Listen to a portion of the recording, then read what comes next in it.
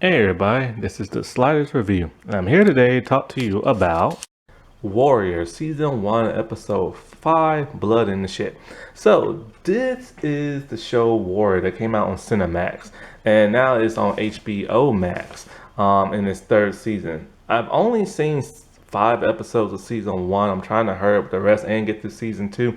Um, and the fifth episode is by far my favorite. It's an old Western type tale. Sadly, though, the fifth episode only stars two of its show's regulars. Everybody else, sadly, is not in this episode. This is a really good show that which was pitched by Bruce Lee back in the day, but ABC decided they're just gonna steal his idea and create kung fu show instead. And then, of course, they had a bunch of Kung Fu spin-offs like Kung Fu The Legend Continues, and now the CW has their own version. But they said they was already pitching ideas similar to this, but who knows, you know what I'm saying? But then many years later, Bruce Lee's, I think, daughter or granddaughter, I can't remember which one, has decided to like make this show.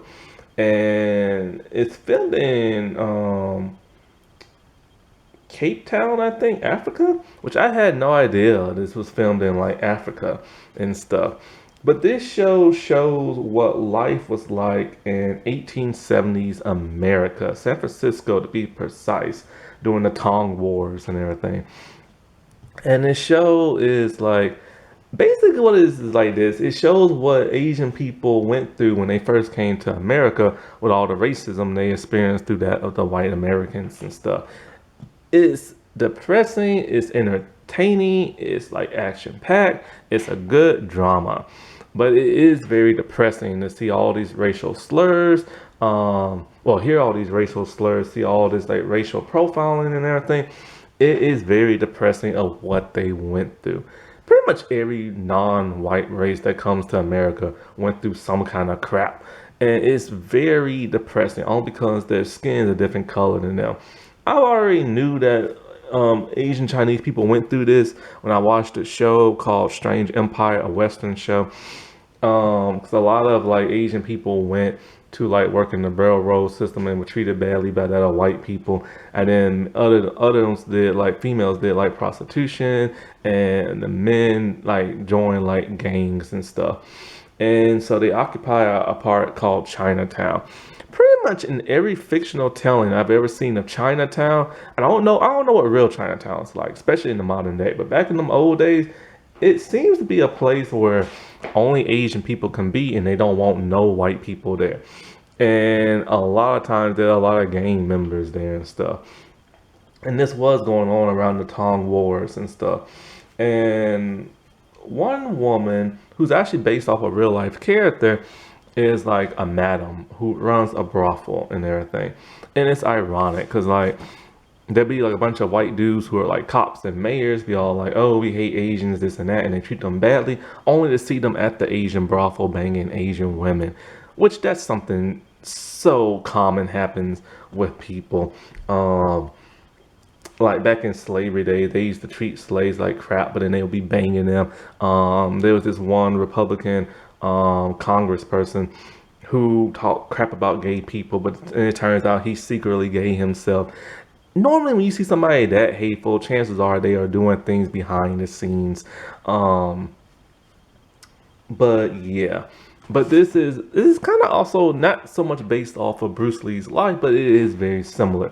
He was Asian. He came to America. He was treated like crap. He got a job. He met a white woman, fell in love. He had a white best friend, and stuff like that. And that's how similar how this character in the show is about. Now, the character in this show, for the love of God, I cannot pronounce his name. Yan, something like that. I'm not really sure, but he's friends with a dude named Young John, and they're part of like this like gang and everything. And so like um they are on or they're transferring a coffin from like Nevada to San Francisco, and they have no idea what's in the coffin other than the dead body. And so they're on the stagecoach, And then so the stagecoach driver, he tells them that the horses are getting tired and they need to stay at like this saloon type place. So they stay there. Now they're there with a pastor. They're with just some regular racist man, and they're with this like married couple who's also racist.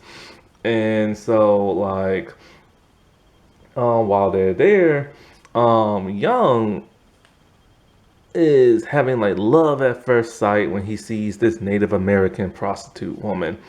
And I cannot pronounce her name for the love of God and me either. um, Wankia, I think her name is. And so when the racist dude shows up there, that's driving around with them, he doesn't want no like non-white prostitutes. He sees like the Native American lady, he doesn't want her. So then he goes to the redheaded white lady. Um, she doesn't really have no role. I think her name is Sally or something like that. She doesn't have much of a role in this episode. She's just like pops in and out, and then she has no speaking lines. The actress isn't really natural. I think she's like a model with amazing hair and everything. Um, so yeah. The actress who actually plays Juan Kia, she's actually on Nancy Drew season 3, the season I still refuses to watch, and everything. Now the thing about God, I have a hard name pronouncing the name Ah is that he's there looking for his sister. That's why he came to America, and he gets mixed up with like the gang, and he's hired help for them, and so he's basically like an enforcer, bodyguard type dude, and he can fight like no other. But of course, one day he's out and about and he sees this white lady being harassed by a bunch of white men. Why? Because she has an Asian like chauffeur. So they harass her. So he goes in there to save her life. But when the cops see that, even though they see that the white men are the aggressors and the woman tells them that, they don't believe it and they arrest Ah. And so like he is treated like crap while he's in prison and or jail, and then so on his court day it turns out his sister is actually a prostitute for this one woman on the show, and she has a lot of power and she is a very powerful woman who's rising up in the ranks, and she is also a killer, and she busts through the house of like the two cops and tell them that plain and simple, you're not going to the court hearing at all. And if you do, I will kill like your family. And so they're the ones supposed to testify against her brother. Since they don't show up, he's free to go. And this pisses off the townspeople. When I get into the rundown review, my God, when I say this show is racist, it is racist and everything. So now that he's a free man, he's in Nevada with Young. And one interesting thing that I never noticed about this show is that, like, I assumed all the Asian people can talk English, but they actually can't. They actually speak in Cantonese and Mandarin. And see, the thing is that when this episode actually reveals that like Ah can actually speak both because he's a quarter like white and everything from his great grandfather's side.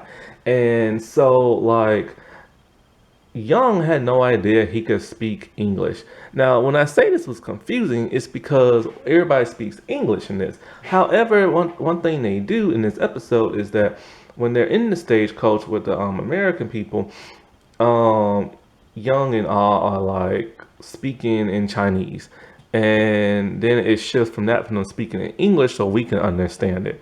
Until Ah starts to speak to the white people, and which surprises Young. He's all like, "I didn't know you could speak that," and everything. Now Young is different, even though he is Chinese. He's never been to China. He was born in America and stuff, and his father is the head of like this mafia type like gang and everything.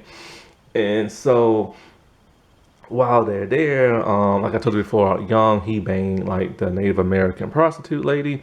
Um, Now while they are there, the only food that is served there is ham and beans. The cook is like a Chinese man, but when he sees other Chinese people, he fixes them authentic Chinese food. And so him and all start to talk, and like he found out that the man um what's his name? Lee, I think his name was the cook dude. No, Lao or something like that. I have no idea how to pronounce these names. I'm sorry. He tells him he used to work in the coal mines, which is something a lot of Asian people did when Chinese people came to America back in like the 1800s and stuff. And so what is it? So the racist white dude who comes down, he doesn't want ham and beans. He wants what he sees all of them eating. So he causes like a ruckus and starts being very racist and everything. And he pulls a gun on both like Ah and Young.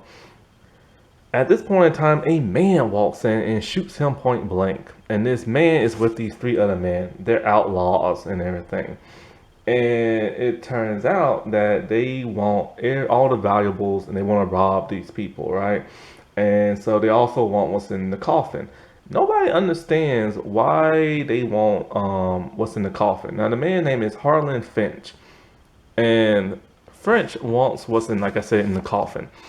Um, at some point, Young and Ah they fight these outlaws, and the female bartender lady named Billy, she shoots at like the outlaws. They kill all of them except for the leader. He leaves. She tells them their lives are now in danger because he wants, for some reason, what's ever in that coffin, and he's gonna come back for it with an entire army. There's no way they can run because it's 30 miles to civilization. And they took all the horses because the stagecoach dude was in on it. See, he's the reason, like he set them up by stopping there. And so they look into the coffin. All they see is a dead body. But all decides there must be something inside it. He cuts it open. He finds a sack full of gold, and that is what they want. See, Young had no idea that his dad was smuggling gold through like bodies of the Asian people. So everybody's just like, screw this. This ain't our fight. The married couple, they want to leave, but the lady tells them, Billy tells them, like, it's 30 miles out into like civilization. You're not gonna be able to find nothing, especially at night, and no horses and stuff. And even if you walk, you'll never make it in the desert because this is French's territory. He knows every bit of it. Um, and John don't want to be there either, so they try to leave. But then the Asian cook dude tells him, "You brought death upon my home, and you're gonna fix this and fight with us." Now it turns out when I was talking to like the cook dude, um, he finds out that this is actually his establishment, that he made it with his American wife and everything. And so not only is he the cook, but he is the owner. Now, this is the part that is fictional. See, back in those days, the 1800s, white people and non-white people were not allowed to marry each other. So there's no way that the cook dude, the owner dude, could marry Billy because he's an Asian man. And so like I said, this is a fictional show, but it does have some resemblance of realism here and there, but it is still a fictional show. And so like they all decide, all right, fine, there's nothing we can do, so we're gonna fight these dudes when they come. So this is like one of those old Western type things, like good guys get in the crosshairs of the bad dudes and stuff. Now, as Young wants to like bang the prostitute lady one more time, her and the other prostitute are about to flee out the window, and but they don't. So like he doesn't understand what she's saying. He doesn't understand what they're saying because he speaks Chinese and she speaks Native American, and so like she wants him to go with him, but he can't. He's gonna stay there and fight. And those two are like so in love with each other at first sight and first banging and everything. So of course the army shows up, and well, not the army, but like the gang of like outlaws and stuff. Oz just sitting there talking to them while everybody else is like hiding. Next thing you know, huge battle happens. There's like gunslinging happening.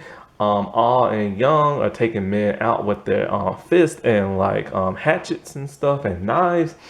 It's a huge blood bath.